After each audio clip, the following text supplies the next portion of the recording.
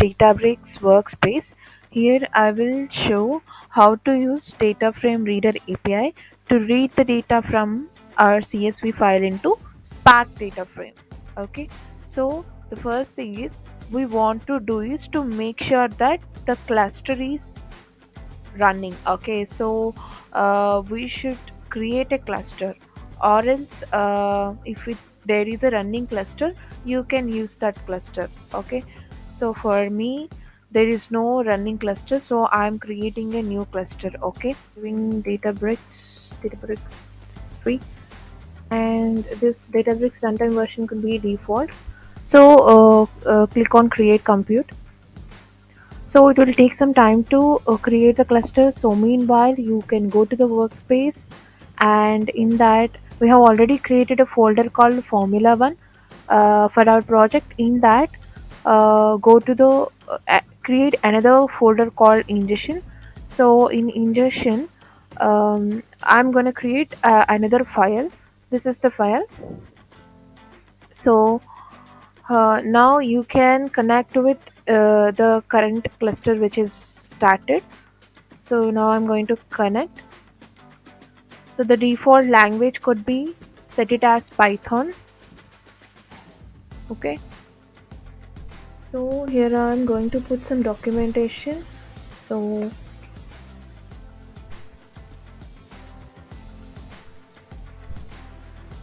ingesting the circuit. Okay, start CSV file. Right. So click on Shift Enter. This will be the main heading, and now I'm going to give another documentation. First, the first step we want to do is to read the CSV file using the Spark data frame reader. Okay, for that I am giving another one, MD.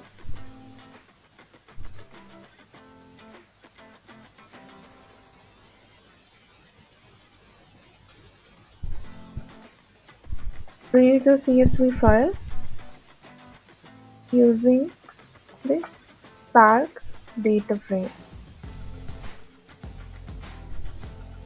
reader to read the data.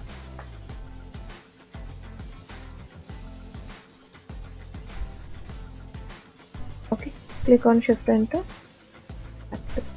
So the entry point to Spark session is the Spark command, and after that we need to invoke the method to call the Spark data frame reader. So let's switch over to the documentation. So it is important to know how to use the documentation so that you will be able to deal with any kind of scenarios rather than just one. I'm going to teach here. So let's read to the documentation page. So this is what the PySpark overview. Then go to API reference and go for input output in Spark, and here you can search data frame reader API.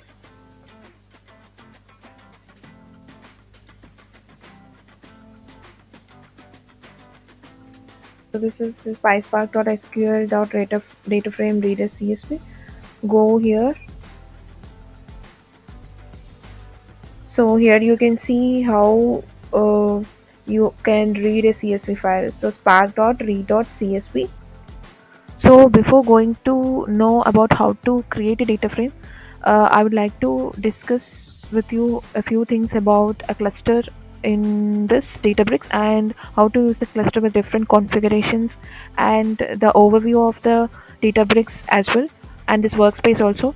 So for that we need to continue to watch a few more videos about the basic concepts of Databricks. So let's switch over to that.